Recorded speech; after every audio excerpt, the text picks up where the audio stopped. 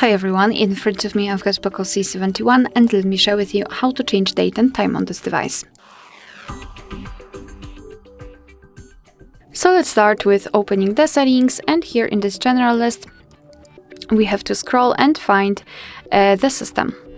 Then let's tap on date and time, and here we've got some options which are currently inactive. It is because we are using the automatic date and time.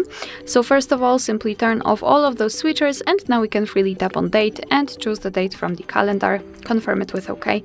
The same situation with the time, just choose it from the clock and confirm it. Here the time zone, just tap on it, tap on the region, and here we've got in the list of available regions, so find yours and then tap on it.